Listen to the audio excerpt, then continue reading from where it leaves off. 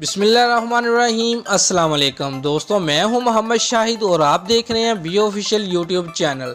दोस्तों, इमामुल हक ने कम इनिंग्स में 6 सेंचुरियां स्कोर करके इंजमामुल हक को पीछे छोड़ दिया। ब्रिस्टोल में खेले जा रहे मैच में ग्रीन शर्ट के ओपनर पिछले मैच के मुकाबले में इस बार भी अच्छा आगाज ना दे सके और जल्द ही पहली विकेट गंवा दी। दूसरे वनडे में शानदार सेंचुरी बनाने वाले फखर जमान आज लंबी इनिंग ना खेल सके और क्रिस वोक्स को विकेट देकर पवेलियन लौट गए। वो सिर्फ 2 रन ही बना सके। दोस्तों, बाबर आजम की बात की जाए तो बाबर आजम भी सिर्फ 15 रन बनाकर वोक्स की गेंद पर क्लीन बोल्ड हो गए।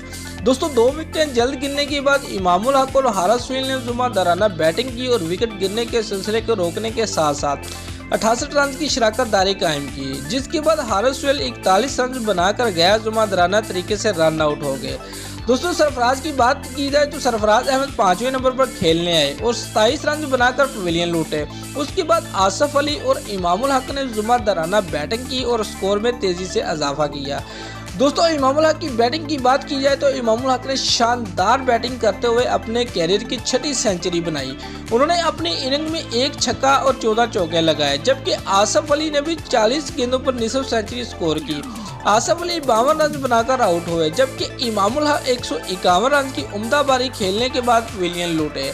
दोस्तों, 23 साल इमामुल हक ने 27वीं इनिंग में 6ठी सेंचुरी मुकम्मल की, जबकि उनके ताया इंजमामुल हक ने 169 इनिंग खेलकर ये एजाज़ अपने नाम किया था।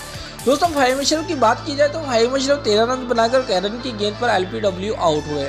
शाहीन अफरीदी भी सिर्फ 7 रन बनाकर आउट हुए। हसन अली 1 चौके और 2 छक्कों की मदद से 18 रन बनाकर टीम का स्कोर 358 रन तक पहुंचाया। इससे कबल इंग्लैंड ने तीसरे इक्वल मैच में टॉस जीतकर पाकिस्तान को बैटिंग की दावत दी। पाकिस्तानी टीम में एक तब्दीली भी की गई थी। जुनैद खान को यासिर शाह की जगह मैच में लाया गया, जबकि फास्ट बॉलर मोहम्मद हसनैन को अब तक सीरीज में कोई मौका नहीं दिया गया है।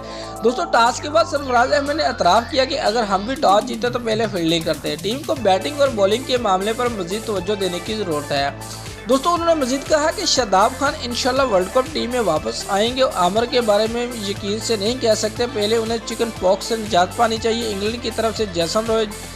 दोस्तों, अगर आपको हमारी वीडियो पसंद आई है तो लाइक और कमेंट लाजमी करें और हमारे चैनल को सब्सक्राइब करना मत भूलिए। शुक्रिया।